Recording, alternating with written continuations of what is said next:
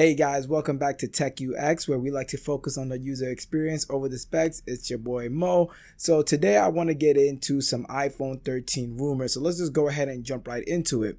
So I know it's still early on in the year, but we still started getting some leaks trickling here and there about the upcoming iPhone. So let's begin with the first rumor I want to discuss, which is the name. So yes, I know the video title says iPhone 13, but there are rumors in the mill that are showing that the name is going to be an iPhone 12s. So that is a small indication that the iPhone's next specs or the specifications of the new iPhone that are coming out might not be that significantly different from this year's iPhone 12 series model. So it might be the incremental updates that we saw from like the 6 to the 6S. So maybe a slightly better camera, same body, of course, and maybe slightly better display, slightly better software, and of course a much more faster chip, which most people won't see the difference to in day to day. So that'll probably be like the A15 chip, or they might make it an A14X or something like that if they don't see a reason to change the naming scheme of the chip. If the device is just, instead of going from a 12 to a 13, it's going to go from a 12 to a 12S.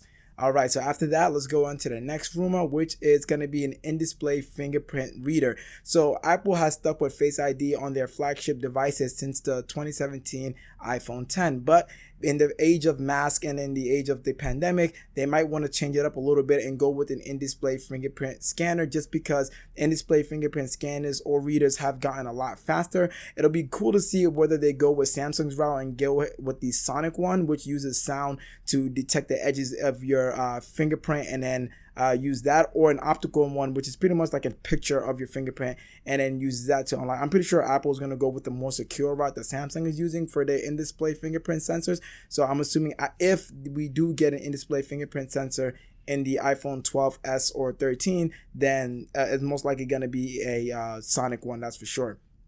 Now let's get into the next rumor. The next rumor is something that a lot of Androids have had for a while, and a lot of people in the Apple side have wanted for quite some time, which is a 120 hertz display. So if you don't know what a 120 hertz display is, it's just the amount of times the display will refresh, which is 120 times per second. So right now on the iPhones, the maximum is 60 hertz per second, and they want to introduce 120 hertz per second with the dynamic display. So that means the display will fluctuate from, let's say, something like 10 hertz all the way up to 120 hertz, depending on what you're doing, so that it won't waste battery life. Because battery life is going to be hit hard with the 120 hertz, especially at full resolution. So they're going to most likely incorporate Samsung's technology in there where it can fluctuate. Because again, Samsung has been supplying Apple with screens for God knows how long now, I believe since like the iPhone 6 or something like that. And now let's also get into the next rumor, which is the shrinkage of the notch. So the shrinkage of the notch is something that iOS users and even Android folks have been wanting for such a long time. Again, it's something else I mentioned in my previous video of the things I don't like about the iPhone 12 Pro Max and the notch being shrunken. So there are two rumors here. Some people say it's going to get shorter, and some people say it's going to get like more narrows, pretty much. So it'll still stay the same width, but just a little bit more narrower, and giving more screen real estate back to the display. So Face ID will still be there, and then if the other rumor is true with the in-display fingerprint reader, then that's also going to be there. So as you guys can see so far, a lot of the changes have to do with the display. And again, with the in-display fingerprint reader, 120 hertz refresh rate panel, and now also shrinking the notch. So a lot of it has to do with the display, which is why a lot of people, I'm just assuming here, and what's being said in the rumor mill, think that the naming scheme is not going to jump to 13. They might just skip 13, similar to the way they skipped 9 and go straight for the iPhone 10.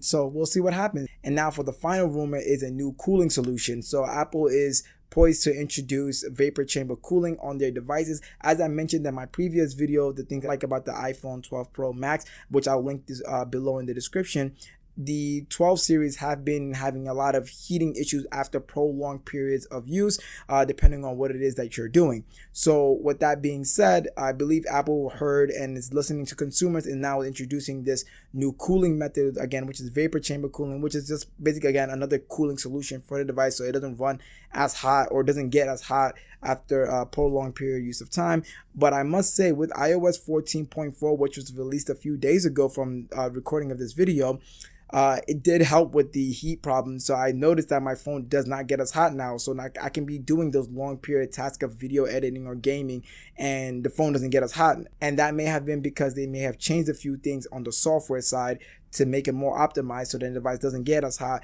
But still, it is good to have a hardware inclusion of vapor chamber cooling to help with that. So I know a lot of these specs don't really have much to improve when it comes to user experience standpoint, but again, this is just early on in the rumor mill. So hopefully as time goes along, when we get into Q2 and Q3 and production starts ramping up and things are getting more into the supply chain, then we might hear more back from those guys in the supply chain who might leak things here and there and might give us a better understanding of how the next iteration of the iPhone can improve the user experience. And because of the rumor that it's going to be a 12S instead of a 13, I'm a bit skeptical that nothing's pretty much going to change much. Even from the 11 Pro Max to the 12 Pro Max, there has been a few differences depending on what you do and how you use your phone that may be significant. But for the overall majority, there wasn't much that changed in the user experience standpoint. So with that being said, I'm pretty sure there are going to be new software features, little things like Apple Pro Raw that was introduced this year for the 12 Max series, and a few more things here and there. But again, we'll just have to wait and see how the rest of it goes. If you guys enjoyed the video, thank you so much. And don't forget to leave a like, share, and subscribe. See you in my next one. Peace out, guys.